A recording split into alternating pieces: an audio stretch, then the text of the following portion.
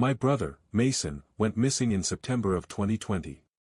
He was 27, experienced, stubborn as hell, and thought trails were for people who didn't respect the wild. He hiked solo. Always had. Carried a journal, a weatherproof tarp, a small pack, and that old wood-handled knife Dad gave him when we were kids. Said if you had fire, water, and edge, you'd be fine. He wasn't wrong. Until he was. They found his body 12 days after the first frost. Face down in a ravine near Lost Elk Ridge, curled like he was sleeping. No signs of violence. No animal marks. Just, still. His gear was intact. His journal was dry. The last entry said, "Think something's following me. Could just be wind. Could just be me." That was the final line. Closed casket. Small service. Mom cried like something inside her cracked in half and kept falling. We buried him on a hill behind the church where we used to sneak cigarettes in high school. I stood next to the pastor, watching the dirt fall, thinking. He wouldn't want this. Mason hated ceremony. Hated people making his choices for him. But he also hated leaving things unfinished. Which is why. 3 years later. When I saw him standing in my parents' backyard. I didn't run.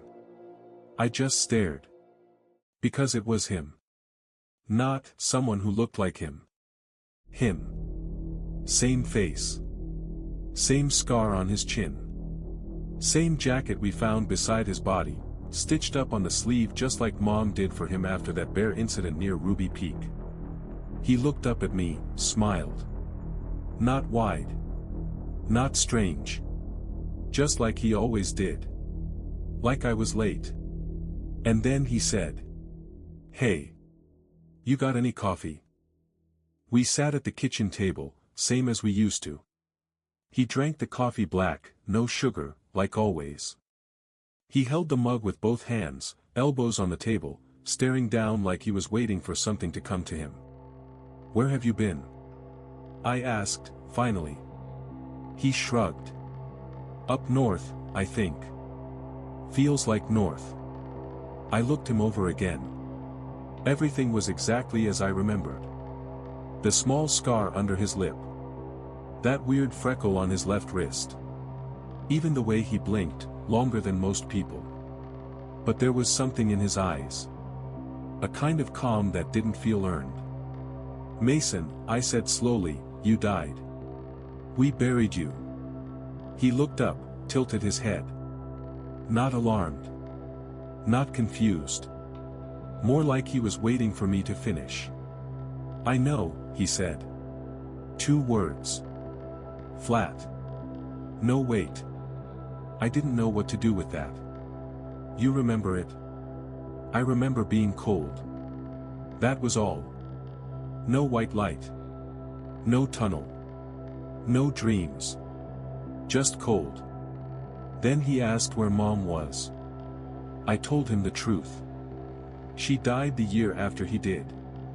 Cancer. Fast and mean. She never really got over losing him. He nodded, like that made sense. "I should have been there," he said. And then, "I'm tired." I showed him to the guest room. He didn't ask questions. He didn't seem shocked by the world. Like someone who'd been gone for a week, not 3 years. He laid down without unpacking. No bag. No phone. No ID. Just his old coat. That same knife. And the journal, which he placed gently on the nightstand. It had dirt on the cover. The exact same pattern I remembered from the day we found his body. I sat on the edge of the couch that night, staring at the wall, trying to make the world feel real again. At one point, I got up and checked the guest room. He was still there. Breathing slow. Eyes closed. But the journal was open. And on the last page, written in his handwriting.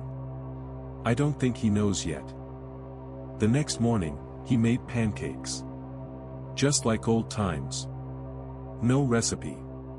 Just instinct. Flour, eggs, burnt edges. He even sang that dumb tune he used to hum whenever he cooked, some off-key melody I never recognized, but somehow still missed. If I didn't know better, I'd think everything was normal. But I did know better. And it started with his eyes. Not the color. Not the shape. The focus. He looked at you when you spoke. Nodded, responded, smiled in the right places. But his eyes never quite locked in. Like there was a slight delay between what you said and what he processed. Like he was remembering how conversations worked, but hadn't quite recalibrated.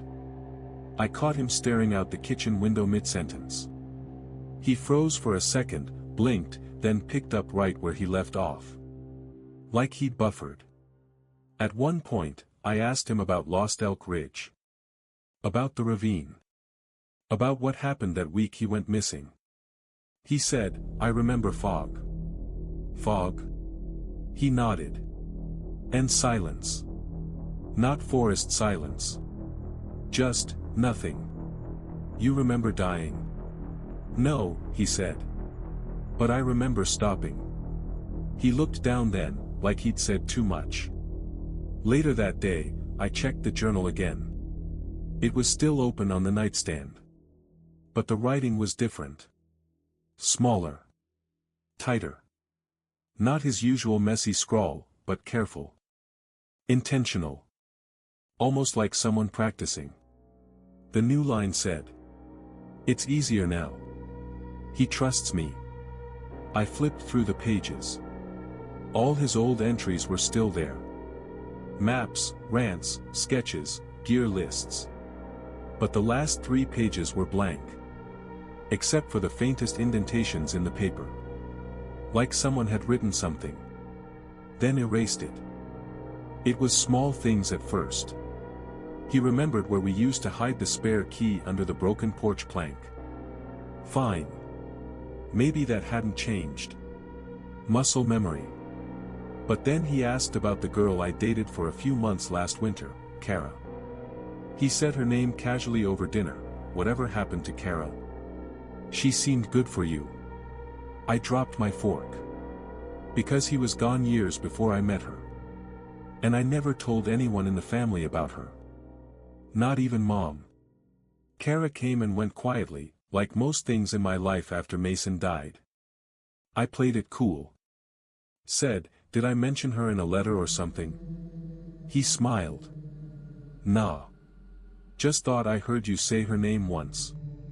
Then he changed the subject. Like he knew I wouldn't push. But I did. Later that night, I brought up our old cabin upstate. The one we used to sneak off to with beers and a beat-up radio. The one he hadn't seen since he was 19. I drove up there last year, I said. Place is falling apart. Yeah, he replied, the dock's gone, right? I nodded slowly. There was a storm last winter. Flooded the lake, took the whole thing under. I know, he said.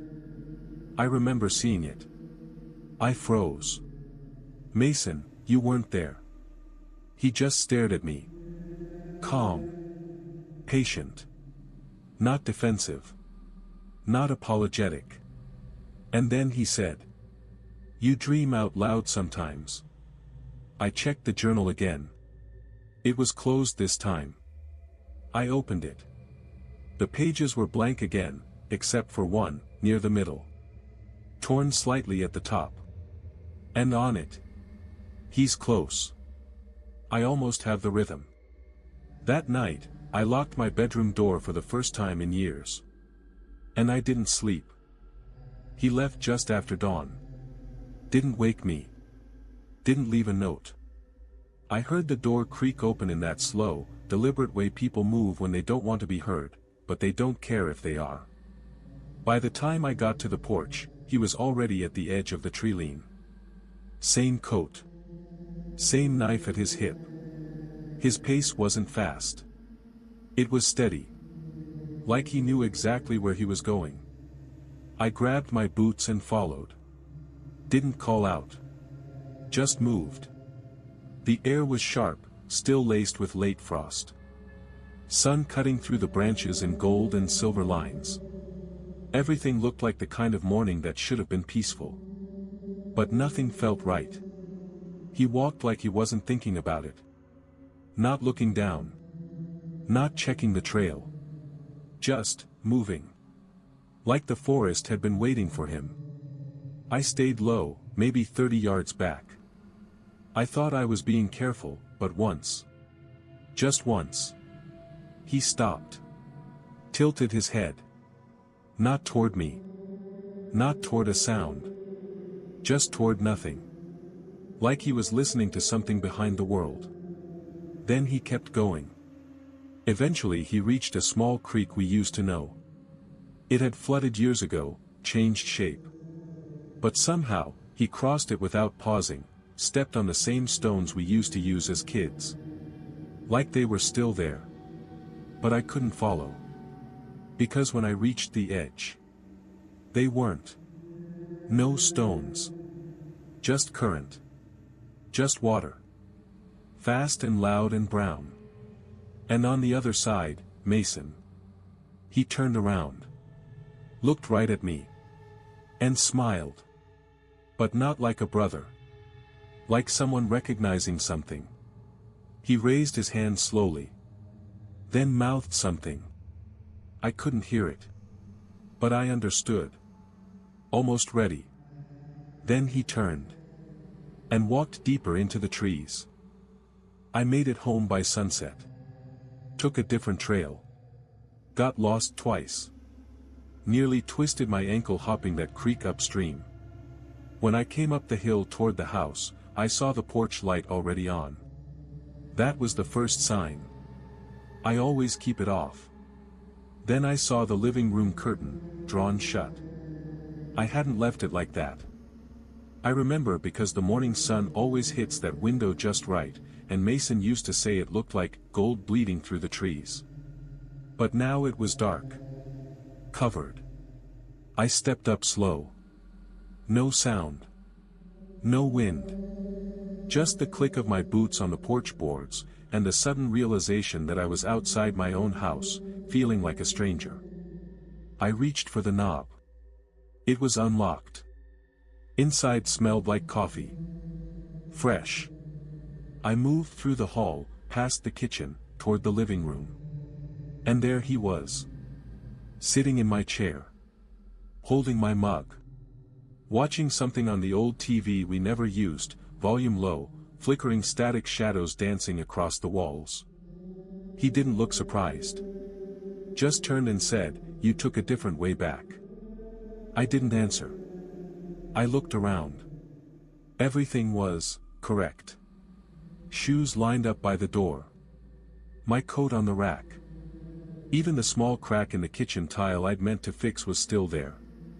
But it didn't feel like mine. It felt like a memory of mine, copied too cleanly. He stood. Handed me the mug. "Still warm," he said. Then smiled. My smile. The one I'd seen in the mirror for 30 years.